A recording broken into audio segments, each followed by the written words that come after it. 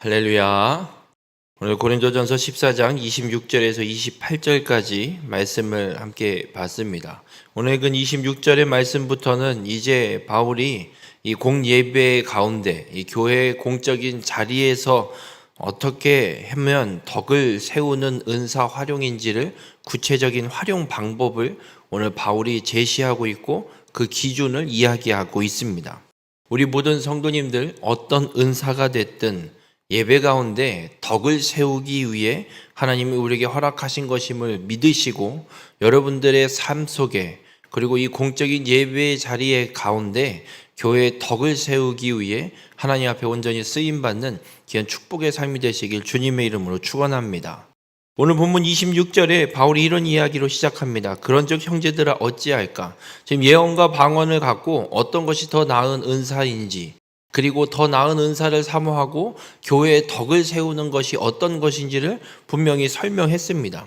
그렇다면 이 은사를 어떻게 우리가 이 예배의 자리 가운데 행할 수 있겠느냐, 어떻게 하는 것이 좋겠느냐라고 이야기를 시작하면서 너희가 모일 때를 이야기합니다. 이 모일 때에는 바울이 계속해서 이야기하는 거지만 이런 공적인 예배의 모임 그리고 어떤 소그룹으로 모이는 자리, 성도들이 모여서 함께 교제를 하거나 또는 말씀을 함께 보거나 혹은 예배를 드리는 그 공적인 자리에서 어떻게 해야 되는지를 이야기를 합니다. 공적인 예배의 시간을 이야기하는데 이 예배의 시간에 진행되는 여러 요소들이 있습니다. 오늘 본문에서 그것들을 열거하고 있는데 첫 번째는 이 찬송시를 이야기합니다. 찬송시는 그냥 찬양으로 보시면 될 것 같습니다.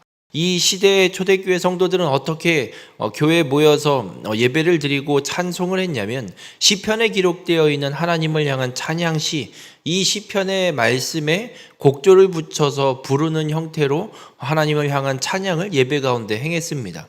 그런데 이 고린도 교회는 오늘 14장 15절에도 기록하고 있지만 내가 영으로 찬송하고 또 마음으로 찬송하리라. 방언으로 찬송을 했던 모습이 예배 가운데 있었던 것 같습니다. 그래서 교회에 찬송시, 찬양을 하는 예배의 요소가 있는데 그 요소도 그 찬양도 방언으로 찬양하는 것이 이 고린도 교회에는 비일비재하게 일어났던 사건인 것 같습니다.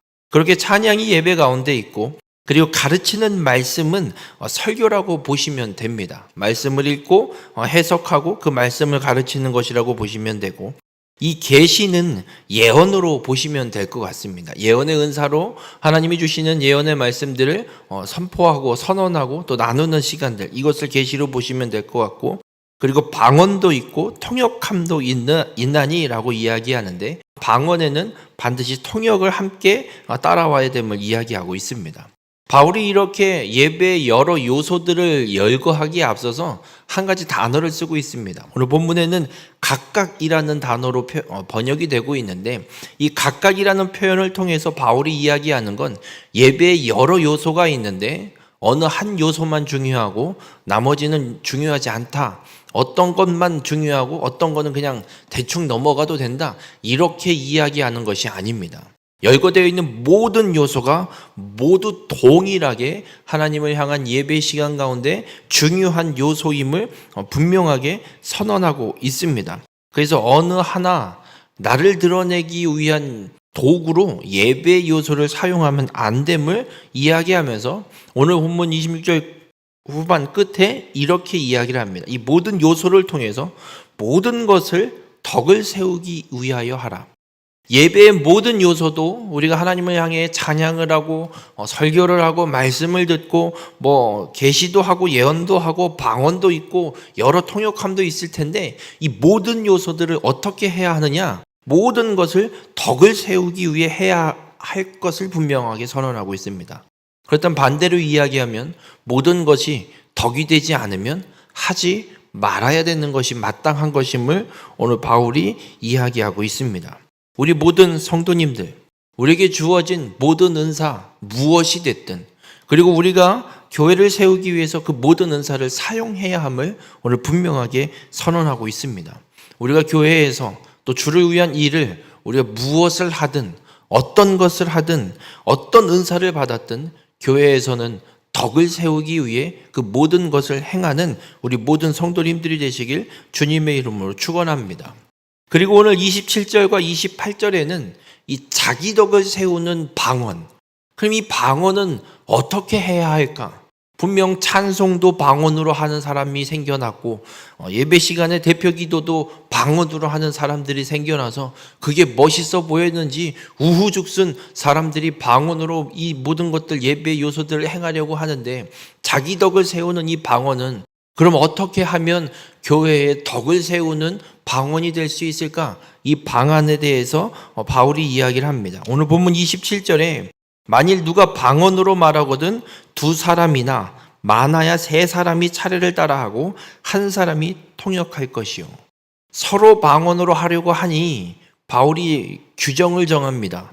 두 사람, 최대 세 사람만 방언으로 하되 순서에 정해서 그 차례대로 누가 방언을 하고 있는데 야 그게 방언이냐 내 방언이 더 나은 것 같다 내가 하겠다 막 나서서 우후죽순 서로 하겠다고 나서서 하는 것이 아니라 정확하게 2명 최대 3명만 할 수 있도록 순서를 정하고 그 순서에 따라 방언으로 기도를 하든 찬양을 하든 행할 것을 권면하고 그리고 분명한 조건을 하나 답니다. 뒤에 보면 한 사람이 통역할 것이요. 통역을 반드시 세워서 방언을 행할 것을 바울이 이야기를 합니다.